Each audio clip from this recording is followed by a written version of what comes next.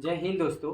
लाभ और हानि के इस सेकेंड वीडियो में हम लोग नेक्स्ट टाइप के क्वेश्चन के बारे में जानेंगे। पिछले वीडियो में लाभ और हानि का जो पहला वीडियो बनाए थे उसमें मैंने आप सभी को लाभ और हानि से जुड़े जितने भी फॉर्मूले होते हैं जैसे विक्रय मूल्य, क्रय मूल्य और लाभ हानि, इसके अलावा जो लाभ प्रतिशत और हानि प्रतिशत होता है किस तरह से निकाला जाता है, यह सारी चीज़ें मैंने बताया था। ठीक है, तो यह लाभ और हानि का सेकेंड वीडियो है और इस वीडियो में हम लोग नेक्स्ट टाइप के क्वेश्चन को जानेंगे और यह टाइप 2 का क्वेश्चन है। इसमें यहाँ पे टाइप 2 में हमने दो टाइप के क्वेश्चन लिए हैं, लेकिन दोनों क्वेश्चन जो है एक दूसरे से रिलेटेड है, इसीलिए इन दोनों को टाइप 2 के अंदर ही रख रहे हैं, यानी एक टाइप का क्वेश्चन हम कह सकते हैं, थोड़ा सा का डिफरेंस होता है। देखिए, तो हम लोग समझते हैं कि इन दोनों क्वेश्चन का सोल्यूशन किस तरह से किया जाएगा। तो पहला क्वेश्चन कर रहा है कि यदि विक्रय मूल्य जो है उसको दुगना कर दी जाती है, यानी पहले कुछ विक्रय मूल्य था और बाद में जब विक्रय मूल्य को हम दुगना करते हैं तो जो लाभ है वह पहले की तुलना में क्या हो जाता है, 3 गुना हो जाता है। तो हमें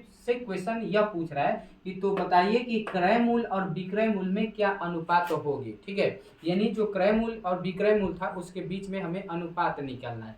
तो इस क्वेश्चन का सोल्यूशन बहुत ही इजी है, ध्यान से देखिएगा। सबसे पहले हम लोग यहाँ पे क्या कर लेते हैं, क्रय मूल्य को कुछ मान कर चलते हैं, x मान कर चलते हैं, और जो विक्रय मूल्य है इसको हम लोग y मान कर चलते हैं। ठीक है, तो यहाँ से अगर क्रय मूल्य x है और विक्रय मूल्य y है तो यहाँ से अगर हम कहें कि तो लाभ क्या होगा, तो लाभ आपका क्या हो जाएगा, विक्रय मूल्य में से क्रय मूल्य घटा देंगे तो यह y माइनस x आपका क्या हो गया, लाभ हो गया। ठीक है, यह पुराना वाला लाभ है। ठीक है, अब बाद में अब क्वेश्चन में क्या कर रहा है कि अब यदि विक्रय मूल्य को दुगना किया जाता है तो विक्रय मूल्य आपका क्या है, y है, तो इसको दुगना करेंगे तो यह क्या हो जाएगा, 2y हो जाएगा।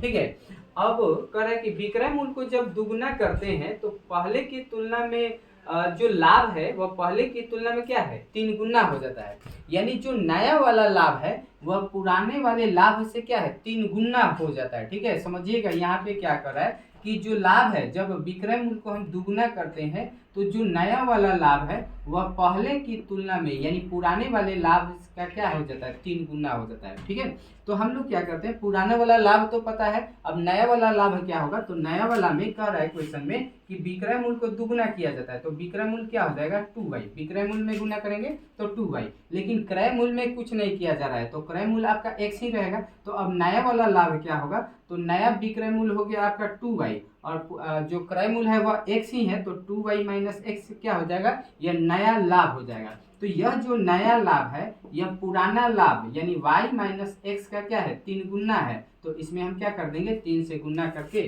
और बराबर कर देंगे। और इसमें हमेशा याद रखिएगा कि जिस भी राशि का कंपेयर करता है तो उसमें हम लोग जितना गुना जोड़ घटाव करना है उसमें नहीं करते हैं, बल्कि उस राशि की जिससे कंपेयर करता है उसमें हम लोग गुना जोड़ घटाव करते हैं। तो देखिए क्वेश्चन में कह रहा था कि जो नया लाभ है वह पुराना लाभ का 3 गुना है, यानी कंपेयर कर रहा है नया लाभ का, किससे कर रहा है, तो पुराने वाले लाभ से, तो इसीलिए हमने पुराने वाले लाभ में गुना किया है।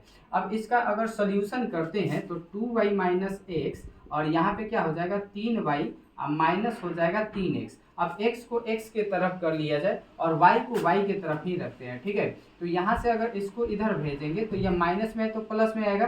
ठीक है, तो प्लस 3x में से यहाँ पे माइनस में एगो x है तो घटेगा तो प्लस में 2x। अब इस 2y को इधर भेजेंगे तो 3y में से 2 गो y जाएगा, आपका कितना बचेगा, एगो y बचेगा। ठीक है, अब क्या कर लिया जाए, तो x और y का अनुपात हमसे पूछ रहा है ना, तो अनुपात निकालते हैं। तो अनुपात कैसे निकलेगा, तो देखिएगा यहाँ समझिएगा, यह y है, इसके गुना में कुछ नहीं है तो क्या है, 1 है, तो इस y को x के बटा में भेज दीजिए तो यह हो जाएगा x बटा y, और इधर संख्या को 1 के बटा में भेज देंगे तो यह क्या हो जाएगा, 1 बटा 2 हो जाएगा। यानी हम कहेंगे कि x और y का अनुपात, बटा का मतलब क्या होता है, अनुपात जो है कितना आ रहा है, 1:2 आ रहा है। तो हम कह सकते हैं कि यहाँ पे x और y किसको माने थे, तो x क्रय मूल्य को माने थे और y विक्रय मूल्य को माने थे। तो यहाँ पे हम कहेंगे कि क्रय मूल्य और विक्रय मूल्य में कितने का अनुपात होगा, तो 1:2 होगा। ठीक है, तो ये हमारा हो गया आंसर। अब देखिए, अब जो सेकेंड क्वेश्चन है वह बिल्कुल इसी से रिलेटेड है लेकिन थोड़ा सा का डिफरेंस है। अब क्या डिफरेंस है, तो देखिएगा क्वेश्चन में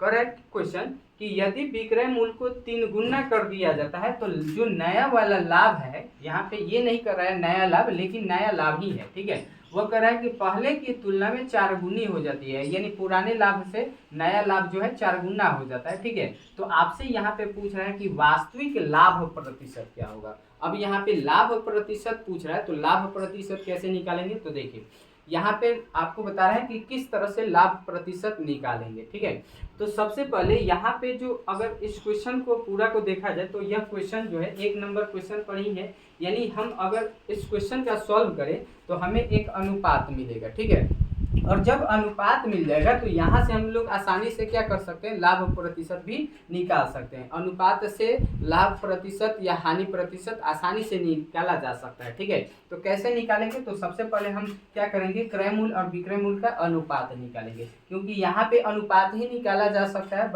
क्रय मूल्य और विक्रय मूल्य का मान नहीं निकल सकता है कि क्रय मूल्य कितना है, विक्रय मूल्य कितना है। ठीक है, तो देखिए यहाँ पे हम लोग क्या करते हैं, क्रय मूल्य को x मान लेते हैं और विक्रय मूल्य को जो है y मान लेते हैं। ठीक है, तो विक्रय मूल्य को y और क्रय मूल्य को x मानेंगे तो यहाँ से हमारा जो लाभ होगा वह क्या होगा, y माइनस x हो जाएगा। तो अब क्वेश्चन में कह रहा है कि यदि हम विक्रय मूल्य को 3 गुना करते हैं तो 3 गुना करेंगे तो विक्रय मूल्य कितना हो जाएगा, 3y, लेकिन क्रय मूल्य आपका x ही रहेगा। तो जो नया लाभ होगा जब विक्रय मूल्य को 3 गुना करते हैं तब नया वाला लाभ क्या हो जाएगा, तो 3y, यानी क्रय मूल्य आपका 3y है, भले विक्रय मूल्य आपका 3y है और इसमें से क्रय मूल्य x घटा देंगे तो 3y माइनस x हमारा क्या हो गया, नया लाभ हो गया। तो यह जो नया लाभ है क्वेश्चन में कह रहा है कि पहले की तुलना में, यानी लाभ के पहले यानी पुराना वाला लाभ के तुलना में क्या है, 4 गुना है, तो इसमें हम क्या कर देंगे, 4 से गुना कर देंगे। तो अब सॉल्व करते हैं तो 3y माइनस एक्स और यह कितना हो जाएगा, 4y माइनस 4x। अब x को x के तरफ कर लिया जाए तो इस -4 को इधर भेजेंगे तो प्लस में 4x आएगा, इधर पहले से एगो x है तो 4 को x में से एगो x घटेगा तो प्लस में 3x, इधर 3y है, इसको इधर भेजेंगे तो 4y में से 3 गो y जाएगा, एगो y। तो यहाँ पे कुछ नहीं है, y के गुना में तो 1 है, तो अब x के बट्टा के नीचे y भेज दीजिए तो x बट्टा y हो जाएगा और संख्या चल जाएगा इधर 1 के बट्टा के नीचे 3। तो हम कहेंगे कि क्रय मूल्य x और विक्रय मूल्य y के बीच का अनुपात कितना है, 1:3 है। तो चलिए ये तो अनुपात निकल गया। तो अब हमें से क्वेश्चन में तो अनुपात नहीं पूछ रहा है, इस क्वेश्चन में हमसे लाभ प्रतिशत पूछ रहा है। तो हम लाभ प्रतिशत किस तरह से निकालेंगे, तो लाभ प्रतिशत निकालने के लिए आप फॉर्मूला जानते होंगे, बताया गया है, अगर नहीं जानते हैं तो वीडियो को आप लोग देख सकते हैं, इसका फर्स्ट वीडियो। लाभ प्रतिशत का सूत्र होता है लाभ गुने 100, लाभ गुने 100 अब बट्टा होता है आपका क्रय मूल्य। ठीक है, तो अब चलिए यहाँ पे तो आपको लाभ दिया नहीं है कि लाभ में हम गुना करेंगे और क्रय मूल्य भी नहीं दिया है, यहाँ तो अनुपात दिया है। तो अनुपात से हम लोग लाभ प्रतिशत कैसे निकालेंगे, तो इसको देखिएगा। देखिए अनुपात में जो क्रय मूल्य और विक्रय मूल्य का अनुपात है, ठीक है, तो यहाँ पे हम लोग मान कर चलते हैं कि जो क्रय मूल्य का अनुपात है वह एक है और जो विक्रय मूल्य y है इसका अनुपात कितना है, 3 है।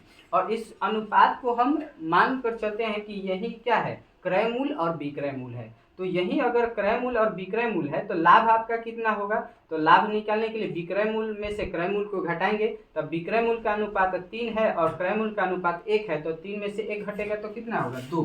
यानी हम कहेंगे कि लाभ हुआ 2 और गुना में 100 और बट्टा के नीचे क्रय मूल्य, तो क्रय मूल्य का अनुपात कितना है, 1, तो बट्टा के नीचे 1। अब 2 से 100 में गुना करेंगे तो 200% आपका क्या हो जाएगा, तो वास्तविक लाभ प्रतिशत हो जाएगा।